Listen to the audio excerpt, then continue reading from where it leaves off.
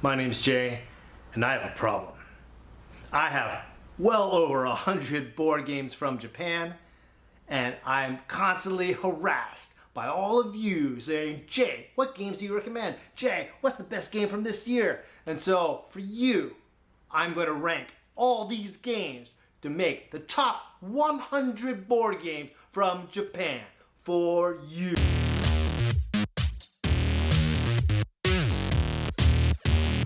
Now, a few stipulations here. All these games are from the 21st century, and all these games, the first version is from a Japanese publisher. In addition, every single one of these videos, I will be giving away games for free, so be sure to watch the video to the end, and I will tell you how to participate. If you're new to this channel, my name's Jay. I play board games from Asia and share what I find with all of you.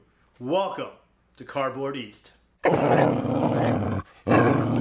Now, Here Comes the Dog is by Itten Games. And Itten Games is known for making, what can I say, interactive art where each game just feels absolutely special in a very unique way. And you're going to see them appear a lot more on this list. But Here Comes the Dog, I think, comes in right at 100 because when you first look at it, and this is the first Itten game that I have seen, and when you look at it, it just leaps off the table. And you're looking at that, it's like, how is that a game? How do I play this game, and what in the world is going on? The components, first and foremost, are absolutely amazing. The fire looks fantastic. The people with their hands over the dogs look fantastic. And while you can feel that it is a little bit of a luck fest of rolling the dice and choosing which ones to go, there is a rhythm to the game that you can slowly pick up the charcoal. You can have dogs attack knowing when your enemies or when your opponents are weaker and more vulnerable. But I also chose this as number 100 because I want to talk about how Japanese board games are absolutely different than things that you usually see from the West. And when you look at Here Comes the Dog on the table, you immediately see that difference. Now, Airship City is by a publisher called Analog Lunchbox. Now, if you haven't heard of Analog Lunchbox, don't worry, they'll appear more on this list. But their games are very, very aesthetically simple, should I say. They follow more into function than into form. So they're not going to be like, for a modern example of like Patoku, it's not going to be super flowery, tons of color everywhere on the board. It's going to be stripped, boiled down into the bare bones of what makes a solid strategy game. Now, Airship City is a game where you're buying airships, but the most fascinating part about Airship City is that it takes place on this grid of 4x4 tiles, and you kind of move your airships around. Now, you can also move those tiles around as if you were trapped inside a giant Morpheus Klein bottle. But the most fascinating part about this game is that when you move your airships, you essentially leapfrog over other people's ships, including your own. And it makes the game really, really fascinating. At least this part about moving your ships, getting to the right locations that you need to get to. But Airship City makes this list, and I like it a lot because of that unique movement of the airships. Because normally in a worker placement game, like all the resources here, and I just place my worker down and I go there. Oh, I get wood. Oh, I get coal. Oh, I get iron. But Airship City is like, no, you gotta travel there. But you can move it to the other side of the board. So, okay, I can move it closer to me, and then I could leapfrog over other players to make sure I land there and get the resources that I need. And I like that decision making of sometimes I have to leave one airship behind just so I can get one airship where I need to get to. So if you really like logistical games and trying to get from point A to point B, and you also like resource conversion games where you're getting resources and doing things with them, either you're getting points or more airships, then I definitely think that Airship City is one to look out for and try and get to your table. Alice in Wonderland fans, rejoice because this game is for you. Now, Where Am I has my favorite mechanic in games, and that's bluffing. Because I love how bluffing changes the meta of the game and really forces players to get into each other's heads. Where Am I is a party game, and I'm not really into the party game scene that much, or at least I'm very picky about my party games. But this one has a little bit of social deduction, but instead of social deduction games where you're just yelling at each other and barking at other people, this one you are solely deducing the identity of who the other players are by what they're doing and how they're moving and which cutlery pieces they're taking. Now, this game does play from 2, 3, and 4, but you gotta play this game at 4, because 2 and 3 is really not worth it in my opinion. You need that ultimate player count of 4 to get all the player interaction and to get all that bluffing to really reach its peak. But what makes this game unique is the components. When you look at this, it's absolutely amazing. And I really wanted to highlight this game somewhere in the 90s just to show off of this is what gaming can be. It doesn't have to be a board with dice and cards. It could be cutlery, little porcelain pieces and teacups. These chairs you actually build and put onto the table. The table itself you actually build and construct. Now there is an unfortunate side note that it's kind of hard to put this game flush and have everything fit in here. You're gonna have to build the furniture and tear down the furniture every time you want to play this game. But I don't mind, because having the players put it together is part of the experience of the gameplay. It has this amazing box that looks like a book, and it showcases Alice in Wonderland, and it does it in an absolutely fabulous way. Pour a cup of tea, put on your mad hats, because Where Am I is an amazing party game experience that I definitely think that you should try. And if you are an Alice in Wonderland fanatic, this is the game for you. Number 97, Amalfi. Uchibakoya and Take Watch Games. Now, I've already done a review of Amalfi, and you can check out that video and a link somewhere up here. But Amalfi is a strategy game from 1 to 4 players, and it's about trading in the Mediterranean. So yeah, even Japanese publishers make games about trading in the Mediterranean because it's a thing. Now, this is the original Japanese release. It is being re-released by a European publisher, and they have redone the math. And I'm supposed to play this game online. I'll let you know what my thoughts are later. If you follow me on social media, I'll definitely be making my comments there. What I love most about Amalfi is that it does what most strategy games really struggle with, and that this just excels with momentum. Because you will get cards into your tableau that all play off of each other, and you're taking more and more powerful turns, and you could feel this momentum grow from when you first started the game to where you're ending the game, and you could feel that your turns are just getting bigger and bigger and more epic. The only problem that I had with Amalfi is that all the character cards are just dudes. Just lots and lots of dudes. No diversity there. That aside though, I really enjoy the game, and I love how it's so interactive with where you go and how players go, and you can go places, but it's going to cost you more and more ships. Now, there aren't that many games that have this worker placement mechanic where if I have a pool of workers, and then if I want to go somewhere, I need to use 3 workers, or I need to use 4 workers to activate this place, or the more workers I send, the more benefits I get. And that's my number 7, Amalfi. Refinery comes from Shitaro Mori, and you will see more of his games on this list because I really like this designer and publisher. I'm always curious about what games he's coming out with, and I'm always eager to try this next game. Refinery is essentially the oil industry done with a Puerto Rico style gameplay, but extremely tight. This is a very unique game because it only plays with 3.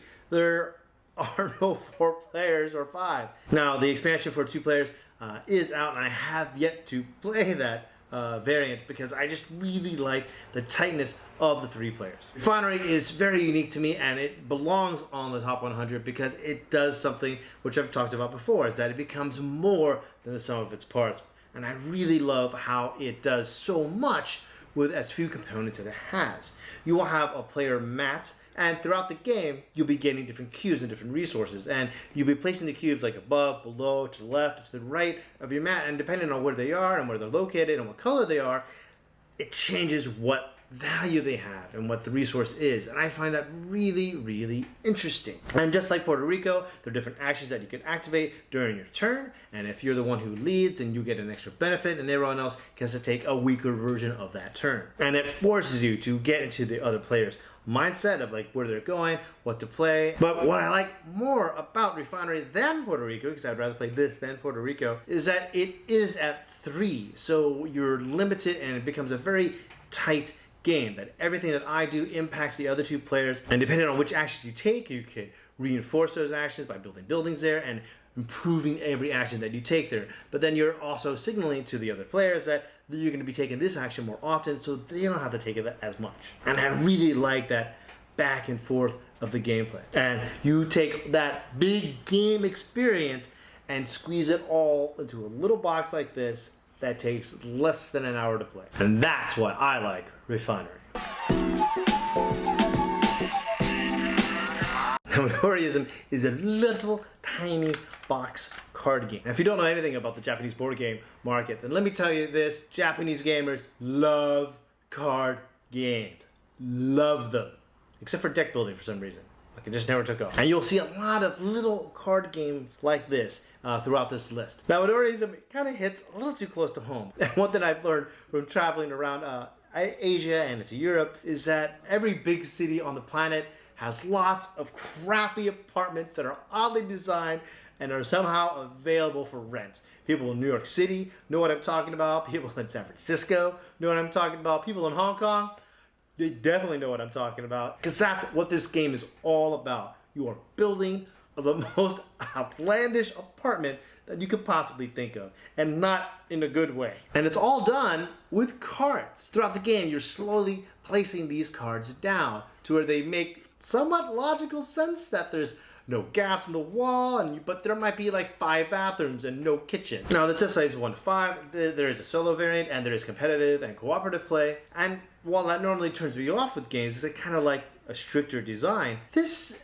allows us to have a little bit more fun. And when I pull this out, people just always laugh because, oh yeah, I think I lived in this apartment before. And this really, really highlights what I like most about this list, is that you will see games in this top 100 series where they take a theme that's not really often explored in the West, such as a refinery, or dogs around a fire, or having an actual 3D tea party, or building the world's crappiest apartment, which would be my second apartment here in Taipei. Absolutely terrible, terrible apartment. Vogu is a card game about the shoe industry, and it comes in a tiny little shoebox. Wow! And this is what I love about Japanese games, because they explore tons of weird, ridiculous themes, and the shoe industry is definitely an industry that deserves to have its own game. In Vogu, players are playing cards onto the table that directly affect the cost and value of all the different kinds of shoes. Now, the gameplay of Vogu is really nothing to write home about, because it's actually quite simple and very, very approachable, and that's what I like about it. You're placing cards down on this weird interconnected map, and you're adjusting the values of all the shoes about what's popular and what's not. White shoes are cool, blue shoes are not, red shoes are cool, green shoes are not. And in addition to this, it has that nice little Knizia twist of, I gotta play green if I want to affect green, I gotta play yellow if I want to affect yellow, but I have to save a card and place it face up in front of me to show that I'm invested in green, and at the end of the game, I will have green points. So it kind of becomes this bluffing game of like, get into each other players' heads of like, well, you're pushing up blue, then I play the blue, and then everyone tries to crash blue, and suddenly pushing up for white, and then I play white, and then everyone's trying to crash white, and it has this nice ebb and flow to the game between you and the other two players. The table presence alone is going to make it very, very memorable. And this shows you that not only can you have a unique theme, but the box that it's carried in can also be a part of that theme, and it can be integrated into the theme as well. Even here, it has this little half circle slit where you stick your fingers in to lift up the lid of the game. Brilliant. I love it. All those little attentions to detail makes Vogu more than some of its parts and worthy of being on this list. Now, this is the original Japanese copy, and if you're looking for this game, then I recommend you go to Taiwan Board Game Design and their online web store, because you can get Meat Master and Salad Master, and they're together are going to be my 93. That's a little bit of a cheat, but they're really the same game. Now, Meat Master and Salad Master are party games that you play from 1 to 5 players, and it has this Hanabi feel where you don't really see the front of your cards. You only see the back of your cards. Lots of different meats, lots of different animals, lots of different fish. And you will see these things like, oh, okay, these are seafood, these are oysters, these are like manila crabs, this is tuna. And you will be seeing this. What everyone else will see will be all the health statistics, like going from the protein, the fat level, how much cholesterol is in each one. And every round, a certain goal card is going to be presented. And it's going to be something like most calories or second most calories. And you're going to be looking at these and you're going to be trying to decide which one of my cards is the second most in caloric count. And you're going to be looking at all the other players and seeing all their other cards. And you're thinking, well, okay, he has something of this and he has a little bit of that. And you're trying to guess like what's really fatty and what's really healthy. And it becomes this almost educational part of the game. Like, eel is absolutely delicious. I love it. I'm going to have it later today, as a matter of fact. But it is completely unhealthy for you. And I learned that through this game. It's like, wow, there are a lot of calories in eel. Nobody told me that. But I really like this educational aspect of this game. And this shows that you can have educational games that are also a lot of fun. Meat Master and Salad Master both offer something fun, fresh, and different to this approach. And I both find them fun, and I daily recommend them. And they are my number 3, Meat Master, Salad Master. Tokyo Sidekick is amazing.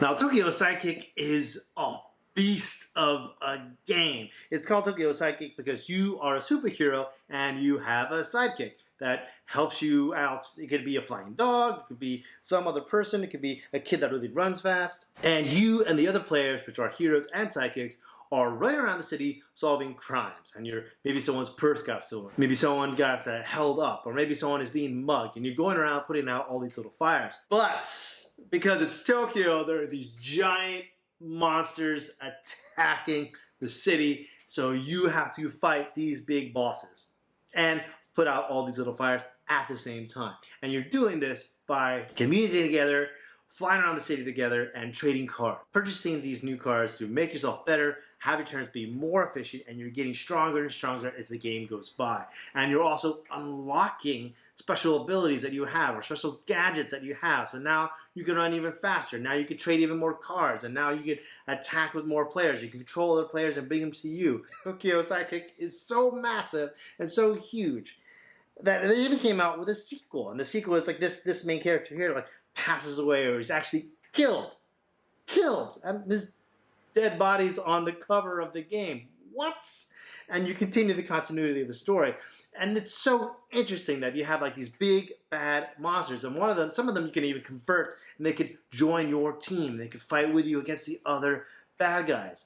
One of the big bad bosses that you fight in this game is a walking pagoda. Tokyo Sidekick doesn't really need to be more than some of its parts because there are so many parts that are just leaping off the table.